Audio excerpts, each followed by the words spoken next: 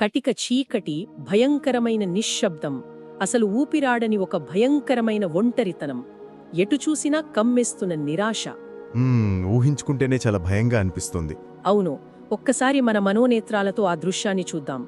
ఒకప్పుడు తన తండ్రి ప్రేమలో, ఆ వెచ్చని కౌగిలిలో అత్యంత సురక్షితంగా ఉన్న ఒక యువకుడు ఇప్పుడు ఎడారి మధ్యలో నీరు లేని ఒక ఎండిపోయిన గుంటలో పడవేయబడ్డాడు. అది కూడా తన సొంత అన్నల చేతిలోనే. సరిగ్గా చెప్పారు.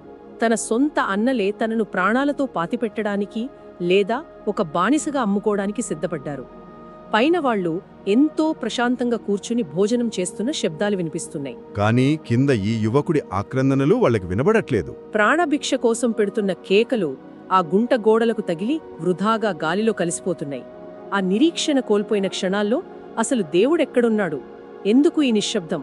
దేవుని వాగ్దానాలేమయ్యాయి? ఆ ప్రశ్న ఆ యువకుడి మనసును ఎంతగా తొలిచేసి ఉంటుందో కదా. అవును. మరోవైపు కిలోమీటర్ల దూరంలో ఉన్న యాకోబు గుడారంలో ఒక తండ్రి తన ప్రియకుమారుణ్ణి రాక కోసం ఆశగా ఎదురుచూస్తున్నాడు. ఈ నిరాశపూరితమైన నిశ్శబ్దంలో దేవుని హస్తం ఎలా పనిచేస్తుందో ఈరోజు మనం చూడబోతున్నాం. ప్రతిరోజు బైబిల్ గ్రంథాన్ని అధ్యాయాల వారీగా ధ్యానిస్తున్న మన ఈనాటి వాక్య ధ్యానంలో 41వ భాగంలో ఉన్నాం. నిజంగా ఇదొక అద్భుతమైన ప్రయాణం. అబ్రహాము, ఇస్సాకు, యాకోబుల ప్రయాణాన్ని చూస్తూ వచ్చిన మనం ఇప్పుడు యోసేపు జీవితంలోకి, అంటే ఆదికాండము 37వ అధ్యాయం 12 నుండి 36 వచనాల దగ్గరకు చేరుకున్నాం. ఈనాటి ఆత్మీయ ప్రయాణం కేవలం ఒక పురాతన చరిత్రను వినడానికి మాత్రమే కాదు కదా. అస్సలు కాదు. ఒక కుటుంబంలో జరిగిన అసూయ, ద్వేషాల కథను తెలుసుకోవడానికి మాత్రమే కాదు. ఈ లేఖన భాగం ద్వారా దేవుని అద్భుతమైన సార్వభౌమాధికారాన్ని, అంటే ఆయన సర్వాధికారాన్ని మనం చాలా లోతుగా అర్థం చేసుకోబోతున్నాం. మనుషులు తమ స్వార్థంతో వేసే అత్యంత క్రూరమైన పథకాలను కూడా దేవుడు తన రక్షణ ప్రణాళిక కోసం ఎలా మారుస్తాడో ఇక్కడ మనకి స్పష్టమవుతుంది. ఖచ్చితంగా. అన్నిటికంటే ముఖ్యంగా దేవుడు మనుష్యులు మారక ముందే వారిని ప్రేమిస్తాడు అని, కష్టాల చీకటిలోనే ఆయన ఒక అద్భుతమైన వెలుగును సిద్ధం చేస్తుంటాడు అనే సత్యాన్ని మనం ఈరోజు ఆవిష్కరించబోతున్నాం. యోసేపు జీవితంలో దాగి ఉన్న క్రీస్తు యొక్క అద్భుతమైన ఛాయలను కూడా మనం ఈరోజు కనుగొనబోతున్నాం. ఈ ధ్యానం ద్వారా దేవుని స్వభావాన్ని మరింత నిశితంగా తెలుసుకుని మన ప్రార్థనా జీవితాన్ని ఎలా బలపరుచుకోవాలో నేర్చుకుందాం.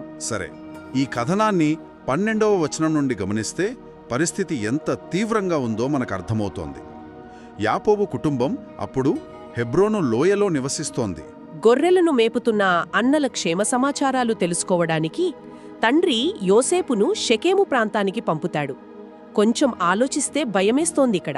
అవును, ఎందుకంటే ఆ షెకెము అనేది ఏదో సాధారణమైన ప్రదేశం కాదు. గతంలో యాకోబు కుమార్తె దినాపై అత్యాచారం జరిగిన ప్రాంతమది. దానికి ప్రతీకారంగా షిమ్యోను, లేవీలు ఆ ఊరి ప్రజలందరినీ అత్యంత క్రూరంగా ఊచకోత కోసిన ప్రదేశం. ఆ ఊరి పేరు చెబితేనే బహుశా ఆ కుటుంబంలో అందరూ వణికిపోయేవారేమో. మరి అలాంటి ప్రదేశానికి హెబ్రోను నుండి షెకెముకు సుమారు 50 మైళ్ల దూరం, అంటే దాదాపు 80 కిలోమీటర్ల సుదూర అత్యంత ప్రమాదకరమైన ప్రయాణం. అలాంటి ప్రదేశానికి యోసేపును ఒంటరిగా పంపించటం చూస్తుంటే తండ్రి అయిన యాకోబు అమాయకత్వం ఏ స్థాయిలో ఉందో అనిపిస్తుంది. లేదా ఆ పరిసర ప్రజల నుండి ఎంత ముప్పుందో ఆయన తప్పు అంచనా వేశాడేమో. ఆ చారిత్రక నేపథ్యం తెలిస్తేనే ఆ ప్రయాణంలో ఉన్న ప్రమాదం మనకర్థమవుతుంది కదా. అవునండి. అయితే ఇక్కడ మనం ప్రధానంగా గమనించాల్సింది యోసేపు చూపించిన విధేయత. అంత ప్రమాదముందని తెలిసినా యోసేపు ఏమాత్రం వెనుకాడలేదు. 13వ వచనంలో తండ్రి పిలిచిన వెంటనే హిబ్రూ భాషలో హినేని అని యోసేపు బదిలిస్తాడు కదా. అవును, హినేని. దానికర్థం చిత్తము నాయనా, లేదా ఇదిగో నేనున్నాను అని. ఇది సంపూర్ణమైన సమర్పణను, విధేయతను సూచించే అద్భుతమైన పదం. అన్నలు షెకెములో లేకపోయినా తన బాధ్యత తీరిపోయిందని అతను వెనక్కి తిరిగి వెళ్ళిపోలేదు కదా. వెళ్ళలేదు. ఒక అపరిచితుని సహాయంతో మరో 15 మైళ్లు ప్రయాణించి దోతాను వరకు వెళ్తాడు. ఆ దోతాను అంటే 2 బావులు అని అర్థం. ఈ సుదీర్ఘ ప్రయాణం యోసేపుకు తన అన్నల పట్ల ఉన్న నిస్వార్థమైన ప్రేమను స్పష్టంగా చూపుతుంది. మన జీవితాల్లో కూడా ఎన్నోసార్లు దేవుడు ఇలాంటి కఠినమైన మార్గాల్లో నడవమని మనల్ని పిలవవచ్చు కదా. అది సురక్షితం కాదనిపించినా హినేని ఇదిగో నేనున్నాను ప్రభువా అని మనం చెప్పగలుగుతున్నామా అనేది మనల్ని మనం ప్రశ్నించుకోవాలి. చాలా మంచి మాట చెప్పారు. ఆ విధేయత నిజంగా ఆదర్శనీయం. ఈ ప్రయాణాన్ని మనం ఇంకో కోణంలో కూడా చూడొచ్చు కదా. ఏంటది? ఇది కేవలం ఒక తండ్రి కొడుకు మధ్య జరిగిన సంభాషణ వల్ల మొదలైన ప్రయాణం మాత్రమే కాదు. అబ్రహాముతో దేవుడు చేసిన నిబంధన నెరవేర్పుకు ఈ ప్రయాణమే నాంది అనిపిస్తుంది. అంటే దేవుడు ముందే చెప్పినట్లుగా ఇశ్రాయేలీలు 400 ఏళ్లు ఐగుప్తులో బానిసలుగా ఉంటారు అన్న వాగ్దానం. అవును, ఆ దైవిక వాగ్దానం నెరవేరడానికి వేయబడిన తొలి అడుగే ఈ దోతాను ప్రయాణం. కానీ ఆ దోతాను వైపు యోసేపు అలసిపోయి నడిచి వస్తుంటే ఇక్కడ దూరం నుంచే అన్నల కళ్లలో ఒక క్రూరమైన ద్వేషం రగులుకుంటోంది కదా. 18 నుండి 24 వచనాలలో వారి మనస్తత్వాన్ని చూస్తే నిజంగా ఆశ్చర్యమిస్తుంది. ఇది క్షణికావేశంలో జరిగిన దాడి కాదు, చల్లని రక్తంతో అత్యంత నిదానంగా చేసిన పథకం. కలలు కనేవాడు వస్తున్నాడు అని వాళ్ళు అపహాస్యం చేయటం గమనిస్తే వారి ద్వేషం కేవలం యోసేపు మీద మాత్రమే కాదు అనిపిస్తోంది. ఖచ్చితంగా దేవుడు అతనికిచ్చిన వాగ్దానాల పట్ల, ఆ కలల పట్ల వారి ద్వేషం స్పష్టమవుతుంది. దేవుని ప్రణాళికను తమ చేతులతో నాశనం చేయాలనే రాక్షసత్వంతో వారు ప్రవర్తించారు. ఆ ప్రత్యేకమైన వస్త్రాన్ని నిర్దాక్షిణ్యంగా లాక్కొని అతన్ని ఆ చీకటి గుంటలో పడవేశారు. ఆ వస్త్రం మరియు ఆ గుంట, ఈ రెండింటి వెనక బైబిల్ మూల భాష అయిన హీబ్రూలో చాలా లోతైన అర్థాలు దాగి ఉన్నాయి. వారు లాక్కున్న ఆ వస్త్రం గురించి హీబ్రూలో కెతోనెత్ పాస్సిమ్ అని రాయబడింది. కెతోనెత్ పాస్సిమ్ అంటే ఇది మనం పిల్లల కథల్లో వినే ఏదో రంగుల చుక్క కాదా? కాదు, ఇది చేతి మణికట్టు వరకు, చీలమండల వరకు పొడవుగా ఉండే ఒక రాజవస్త్రం. ఇది పొలాల్లో కష్టపడి పనిచేసేవారు వేసుకునేది కాదు. ఒక రకంగా చెప్పాలంటే భవిష్యత్తులో ఈ కుటుంబానికి యజమాని ఇతనే అని చెప్పే వారసత్వపు హక్కుకది ప్రతీక. అబ్బా, ఆ వస్త్రాన్ని లాక్కోవడం అంటే కేవలం ఒక బట్టను ఇప్పేయడం కాదు. అది అతని గుర్తింపును, అతని తండ్రి ఇచ్చిన ప్రేమను, అతని హక్కును సామాజికంగా నాశనం చేయడమే అన్నమాట. అవును. ఇక రెండవది వారు పడవేసిన గుంట. దీనిని హీబ్రూలో బోర్ అంటారు. ఇది ఎడారిలో నీటికోసం త్రవ్విన గుంట. పైన చాలా ఇరుకుగా ఉండి లోపల అత్యంత విశాలంగా ఉంటుంది. ఒక్కసారి అందులో పడితే ఎవరి సహాయం లేకుండా సొంతగా బయటకు రావడం అసాధ్యం కదా. అసాధ్యం. ఇది నీరులేని గుంట. లేఖనాల్లో ఇది మరణానికి, సమాధికి మరియు పాతాళానికి బలమైన ప్రతీకగా వాడబడింది. అంటే వాళ్ళు యోసేపు గుర్తింపును చెరిపేసి జీవంతోనే అతన్ని సమాధి చేశారన్నమాట. రూబేను పెద్దవాడిగా ప్రాణహాని తప్పించాలని ప్రయత్నించినా ఆ ప్రయత్నం ఏమాత్రం ఫలించలేదిక్కడ. ఆదికాండము 3వ అధ్యాయము 15వ వచనంలో దేవుడు పలికిన తీర్పు మనకు ఇక్కడ గుర్తుకొస్తుంది. సర్పం సంతానానికి, స్త్రీ సంతానానికి మధ్య ఉన్న ఆ శత్రుత్వం, ఆ ఆధ్యాత్మిక యుద్ధం, ఇక్కడ సోదరుల మధ్య పగ, ద్వేషంగా ఎలా మారిందో మనం స్పష్టంగా చూడవచ్చు. ఇది వింటున్నప్పుడు మన జీవితాల్లో కూడా మనం ఇలాంటి అనుభవాల గుండా వెళ్ళి ఉండొచ్చు అనిపిస్తుంది. మనమెంతో నమ్మినవారు, మన సొంతవారే మనకతోనెత్ పాస్సీం లాంటి మన గౌరవాన్ని, మన గుర్తింపును లాగేసుకుని మనల్ని నిరాశ అనే చీకటి గుంటలో పడవేసినట్లు అనిపించిన సందర్భాలు ఎన్నో ఉంటాయి కదా. అవును, చాలామంది జీవితాల్లో ఇది వాస్తవం. దేవుని వాగ్దానాలు మన పట్ల ఉన్నాయని తెలిసినా ఆ బోర్ అనే చీకటి గుంటలో పడిపోయి బయటకు రాలేని నిస్సహాయ స్థితిలో మనం ఏడ్చిన రాత్రులు ఎన్నో. అలాంటి నిరాశలో ఉన్నప్పుడు 25వ వచనంలో జరిగే సంఘటన మన మనసును మరింత కలచివేస్తుంది. కింద ఆ గుంటలో సొంత తమ్ముడు ప్రాణభిక్ష కోసం రోదిస్తుంటే, అరుస్తుంటే పాపం యొక్క కాఠిన్యాన్ని చూపిస్తుంది. ఒకవైపు తమ్ముడు ప్రాణం పోతుంటే మరోవైపు వారు ఆహారం తినగలుగుతున్నారు. పాపం మనిషి మనస్సాక్షిని ఎలా మొద్దుబారుస్తుందో, దేవుని పోలికలో సృష్టించబడిన మనిషి ఎంతగా దిగజారిపోగలడో ఈ ఒక్క సంఘటన తెలియజేస్తుంది. ఇక్కడే మనకొక అతిపెద్ద ప్రశ్న ఎదురవుతుంది కదా. ఏంటది? ఇంత ఘోరమైన అన్యాయం జరుగుతుంటే దేవుడేం చేస్తున్నాడు, ఆయనెందుకు మౌనంగా ఉన్నాడు అనే ప్రశ్న. అది సహజంగా ఉత్పన్నమయ్యే ప్రశ్నే. ఆ గుంటలో యేసేపు అరుస్తున్నప్పుడు దేవుని మౌనం అతనికి ఎంత భయంకరంగా అనిపించుంటుందో. కానీ మనం కాస్త లోతుగా గమనిస్తే ఆ మౌనంలోనే దేవుడు ఎంత అద్భుతంగా పనిచేస్తున్నాడో కనబడుతుంది. కింద యేసేపు ఏడుస్తున్నాడు, పైన అన్నలు తింటున్నారు, మధ్యలో దేవుడు ఏమీ చేయనట్లు కనిపిస్తుంది. కానీ సరిగ్గా అదే సమయానికి, అంటే అన్నలు భోజనం చేస్తున్న ఆ కొద్ది నిమిషాల వ్యవధిలోనే గిలాదు నుండి ఇష్మాయేలీయుల వర్తక బిడారు అటుగా రావడం. వారు రావడం చూసి యూదా మనసులో యోసేపును చంపడం కంటే బానిసగా అమ్మడం మంచిదనే ఆలోచన రావడం. కేవలం 20 వెండి నాణేలకు అతన్ని అమ్మేయడం. ఈ సంఘటనలన్నీ వరుసగా చూస్తే ఇదంతే ఏదో యాదృచ్ఛికంగా జరిగిపోయిందనుకోలేం కదా. అసలు యాదృచ్ఛికం అనే పదానికి బైబిల్లో తావులేదు. ఇక్కడే దేవుని సార్వభౌమాధికారం గురించి మనం మాట్లాడుకోవాలి. దీన్ని మనం అదృశ్య హస్తమని కూడా అనొచ్చు. అంటే ఆయన సర్వాధికారం ప్రతిదానిపై ఉందనే కదా. ఖచ్చితంగా. దేవుడు ఎన్నదూ పాపానికి కర్త కాడు. అన్నలు చేసిన ఆ ఘోరమైన పాపాన్ని దేవుడెప్పుడు సమర్థించడు. కాని మనుషులు తమ స్వేచ్ఛాచిత్తంతో చేసే ప్రతి చెడు ఉద్దేశాన్ని, వారు చేసే పాపాన్ని కూడా దేవుడు తన అద్భుతమైన రక్షణ ప్రణాళికలో ఒక భాగంగా మార్చుకోగలడు. దేవుడు ప్రతి పరిస్థితిపై సంపూర్ణ నియంత్రణ కలిగి ఉంటాడు. అవును. ఆ ఇష్మాయేలీల బిడారు ఒకరోజు ముందు వచ్చినా లేదా ఒకరోజు ఆలస్యంగా వచ్చినా యోసేపు ప్రాణాలతో మిగిలేవాడు కాదు. ఆ ఖచ్చితమైన సమయానికి వారినక్కడికి నడిపించింది దేవుని అదృశ్య హస్తమే. మన జీవితాల్లో కూడా దేవుడు మౌనంగా ఉన్నట్లు అనిపించిన ప్రతిసారి ఆయన తెర వెనుక మనకు మేలు చేయడానికి ఒక గొప్ప ప్రణాళికను రచిస్తున్నాడని మనం గ్రహించాలి. అంతే కదా. ఈ సంఘటనలన్నీ ఒకదానికొకటి ఎంత అద్భుతంగా ముడిపడి ఉన్నాయో చూడండి. ఒకవేళ ఆ రంగుల వస్త్రం లేకపోతే అన్నలకు అసూయ లేదు. అసూయ లేకపోతే ఆ చీకటి గుంట లేదు. ఆ గుంట లేకపోతే ఇష్మాయేలీలకు అమ్ముడుపోవడం లేదు. ఆ బానిసత్వం లేకపోతే యోసేపు ఐగుప్తుకు వెళ్లడం లేదు. అతడు అక్కడికి వెళ్ళకపోతే భవిష్యత్తులో రాబోయే కరువు నుండి యాకోబు కుటుంబానికి, అంటే ఇశ్రాయేలీయులకు రక్షణ లేదు. ఇశ్రాయేలు జాతి లేకపోతే మోషే లేడు, ఆ రక్షణ చరిత్ర లేదు. మనుషులు చెడు చెయ్యాలని తలపెడితే దేవుడు దాన్ని రక్షణ కోసం ఎలా మార్చాడో ఇది కళ్లకు కట్టినట్లు చూపిస్తుంది. వస్త్రానికి మేకరక్తం పూసి తండ్రి దగ్గరకు తీసుకువెళ్తారు. ఆ రక్తమంటిన వస్త్రాన్ని చూసి తండ్రి యాకోబు పొందిన శోకం వర్ణనాతీతం. ఆ ఏడుపు వింటుంటే మన హృదయం ద్రవించిపోతుంది. ఆ సమయంలోనే యోసేపు ఐగుప్తులో పూతీఫరుకు అమ్ముడుపోతాడు. ఈ పూతీఫరు గురించి కూడా వాక్యంలో ఒక ప్రత్యేకమైన పదం ఉంది కదా. అవును. 36వ వచనంలో పూతీఫరు అధికార హోదాను హిబ్రీలో సర్హత్తబాహిం అంటారు. దానికి రాజదేహ సంరక్షకుల కధిపతి అని మన తెలుగు బైబుల్ అనువదిస్తుంది. కానీ మూల భాషలో ఆ పదానికి అర్థం వేరు కదా. అవును. దానికి దండనలు అమలు చేసేవారికి ఆధిపతి అని అర్థం. అంటే రాజద్రోహులకు మరణశిక్షలు అమలు చేసే భయంకరమైన విభాగమది.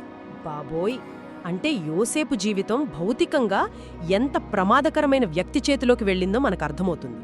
అతనికి ఎప్పుడు ఏ చిన్న కోపం వచ్చినా యోసేపు ప్రాణాలు గాల్లో కలిసిపోతాయి. కాని ఎవరూ ఊహించని ఆ క్రూరమైన బానిస గృహంలోనే దేవుని మంచితనం యోసేపు పట్ల నిగూఢంగా పనిచేయడం మొదలైంది.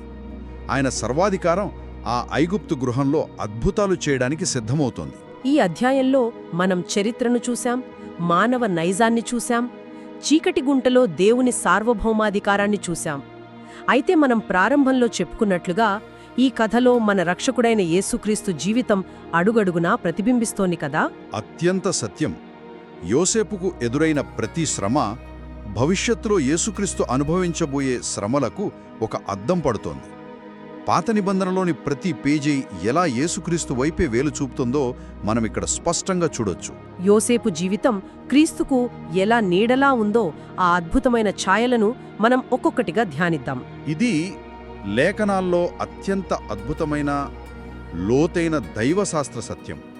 క్రైస్తవ దైవశాస్త్రంలో దీని మనం క్రీస్తు యొక్క అద్భుతమైన ఛాయలు అంటాం. మనం చాలా జాగ్రత్తగా గమనిస్తే యోసేపు జీవితానికి యేసుక్రీస్తు జీవితానికి మధ్య ఆశ్చర్యపరిచే పోలికలు మనకు కనిపిస్తాయి. మొదటిగా యోసేపు తన తండ్రికి అత్యంత ప్రియమైన కుమారుడు. సరిగ్గా యేసుక్రీస్తు బాప్తిస్మం తీసుకున్నప్పుడు పరలోకం నుండి తండ్రి అయిన దేవుడు, ఈయనే నా ప్రియకుమారుడు, ఈయనయందు నేను ఆనందించుచున్నాను అని చెప్పిన మాటలు ఇక్కడ మనకు స్పష్టంగా గుర్తొస్తున్నాయి. అవును. ఇక రెండో పోలిక చూస్తే యోసేపు తన సొంత అన్నల క్షేమం కోసం తన తండ్రి చేత పంపబడ్డాడు. తనకిష్టముండి వెళ్లిన ప్రయాణం కాదది, తండ్రి చిత్తాన్ని నెరవేర్చడానికి చేసిన ప్రయాణం. ఇది యోహాను సువార్త 1:11ను గుర్తుచేస్తోంది కదా. యేసుక్రీస్తు కూడా ఆయన తన స్వకీయుల యొద్దకు వచ్చెను అని వాక్యం చెబుతోంది. తప్పిపోయిన తన సొంత ప్రజలైన ఇశ్రాయేలీయుల వద్దకు, పాపంలో ఉన్న మానవాళి వద్దకు పరలోక తండ్రి చేతే ఆయన పంపబడ్డాడు. ఖచ్చితంగా. ఇక మూడవది, యోసేపు ఎందుకు ద్వేషించబడ్డాడు? తను చేసిన ఏదో తప్పు వల్ల కాదు, తను చెప్పిన సత్యం బట్టి. దేవుడు తనకిచ్చిన కలలను, వాగ్దానాలను ఉన్నదున్నట్లుగా ప్రకటించినందుకే సొంత వారి చేతనే అకారణంగా ద్వేషించబడ్డాడు. అలాగే యేసుక్రీస్తు కూడా తాను దేవుని కుమారుడని, తానొక సత్యాన్నని ప్రకటించినందుకే లోకం ఆయనను అకారణంగా ద్వేషించింది కదా. అవును. ఇక 4వ పోలికేంటంటే, యోసేపు యొక్క ప్రత్యేకమైన రాజవస్త్రం, అతని గుర్తింపు అయిన ఆ వస్త్రం బలవంతంగా లాక్కోబడింది. ఆ దృశ్యాన్ని ఊహిస్తుంటే క్యాల్వరీ శిలువలో జరిగిన సంఘటన కళ్ల ముందు మెదులుతోంది. రోమా సైనికులు క్యాల్వరీ గిరిపై యేసుక్రీస్తు యొక్క కుట్టులేని పైవస్త్రాన్ని ఎలా లాక్కున్నారో, ఆయనను ఎలా అవమానపరిచారో మనకు జ్ఞాపకం వస్తుంది. నిజమే. ఇక 5వది అత్యంత ఆశ్చర్యకరం.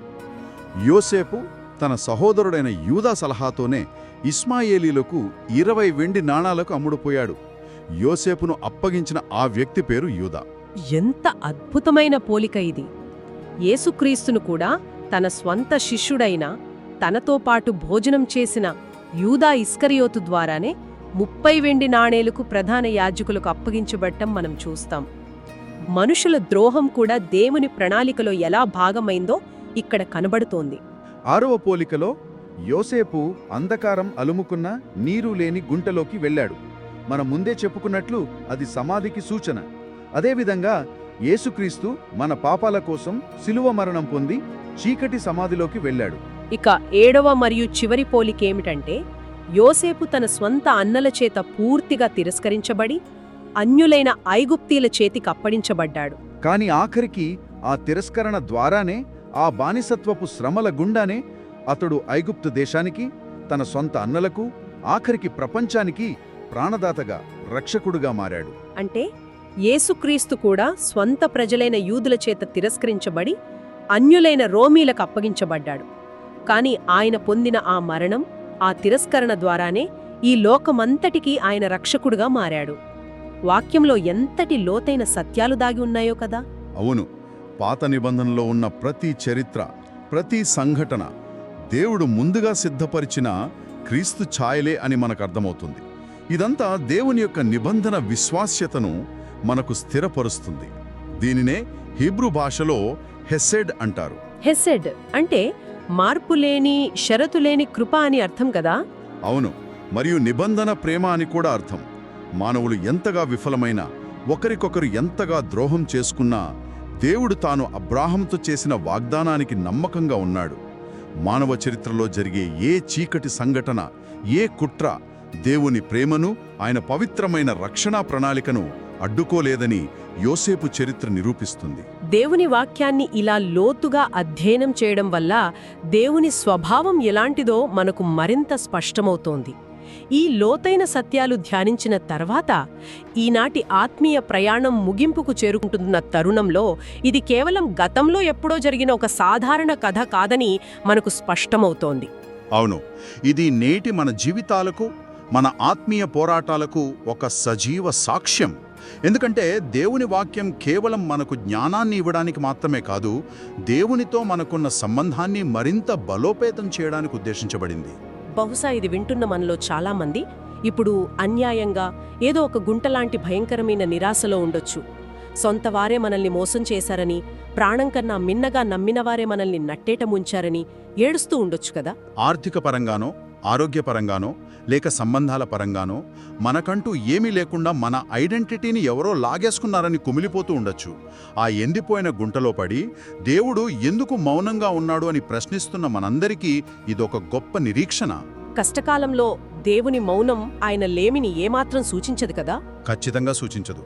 దేవుడు మౌనంగా ఉన్నాడు అంటే ఆయన అక్కడ లేడని కాదు, లేదా ఆయన మనల్ని మర్చిపోయాడని కాదు. దేవుని మౌనం అనేది ఆయన రచిస్తున్న ఒక గొప్ప ప్రణాళికకు, ఒక అద్భుతమైన కార్యానికి ఆరంభం మాత్రమే అని మనం గ్రహించాలి. రోమియోలకు 8వ అధ్యాయం 28వ వచనంలో వాక్యం సెలవిస్తున్నట్లుగా, దేవుని ప్రేమించువారికి, అనగా ఆయన సంకల్పము చొప్పున పిలువబడిన వారికి సమస్తమును మేలు కొరకే సమకూడి జరుగుచున్నవి. యోసేపు ఆ చీకటి గుంటలో, ఆ పోతిఫర్ ఇంట్లో అనుభవించిన కష్టాలే అతని పాత్రను, అతని క్యారెక్టర్ని సువర్ణంలా తీర్చిదిద్దాయి. ఆ శ్రమలే అతన్ని ఒక దేశాన్ని నడిపించే నాయకుడిగా మలిచాయి. కాబట్టి ఈ వాక్యం విన్న తర్వాత మన జీవితాల్లో మనం ప్రార్థన చేసే విధానంలో ఒక పెద్ద మార్పు రావాలి. కష్టాలు, అన్యాయాలు మనకు ఎదురైనప్పుడు, ప్రభువా, నన్ను ఈ కష్టం నుండి ఎందుకు తప్పించలేదు, నన్ను ఎందుకు ఈ గుంటలో పడవేశారు అని నిరాశతో అడగడం కన్నా మనం వేరేలా ప్రార్థించాలి. అవును, ప్రభువా, నేనున్న ఈ కష్ట పరిస్థితి ద్వారా మీ దైవిక చిత్తం నాలో ఎలా నెరవేరుతుంది? దీని ద్వారా మీరు నన్ను ఎలా మలచబోతున్నారు, నా విశ్వాసాన్ని ఎలా పరీక్షిస్తున్నారు అని ప్రార్థించడం మనం నేర్చుకోవాలి. మన అకారణ శ్రమలు, మన కన్నీళ్లు దేవుని ప్రయాణికలో ఎన్నడూ వ్యర్థం కావు. అత్యంత సత్యం. ముగించే ముందు మనందరి మనసుల్లో నాటుకుపోయే ఒక బలమైన ఆలోచనను పంచుకోవాలి. యోసేపును ఆ ఎండిపోయిన చీకటి గుంట నుండి విడిపించి ఒక దేశానికి అధికారిగా చేసిన దేవుడే, మరణపు ముళ్ళును విరిచి యేసుక్రీస్తును చీకటి సమాధి నుండి సజీవునిగా, లోకరక్షకునిగా లేపిన దేవుడే ఈరోజు ఈ క్షణాన మన పక్కనే ఉన్నాడు. మన పరిస్థితులపై ఆయనకు సంపూర్ణ అధికారముంది. మన చుట్టూ ఉన్న అన్యాయం, మనపై వేయబడిన నిందలు, దేవుని రక్షణ ప్రణాళికను, ఆయన మన పట్ల ఉంచిన ప్రేమను ఎన్నటికీ ఆపలేవు. ఈ గొప్ప నిరీక్షణతో దేవుని వైపు చూస్తూ మనం ముందుకు సాగుదాం.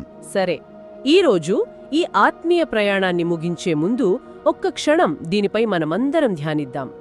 ఈనాటి వాక్య ధ్యానం ద్వారా మనం నేర్చుకున్న కొత్త సత్యం ఏమిటి? ఈ 37వ అధ్యాయం ద్వారా దేవుడు మనందరికీ ఏమి నేర్పిస్తున్నాడు? దయచేసి కామెంట్స్లో మాతో పంచుకోండి. అలాగే ఈరోజు మనం విన్న ఈ సత్యం ఆధారంగా మీ ప్రార్థనా జీవితంలో మీరు తీసుకోబోయే ఆచరణాత్మకమైన అడుగు ఏమిటో కూడా తెలియజేయండి. మన తోటి విశ్వాసుల ఆత్మీయ ఎదుగుదల కోసం ఈ వాక్య ప్రయాణాన్ని వారితో తప్పకుండా పంచుకోండి. God bless you.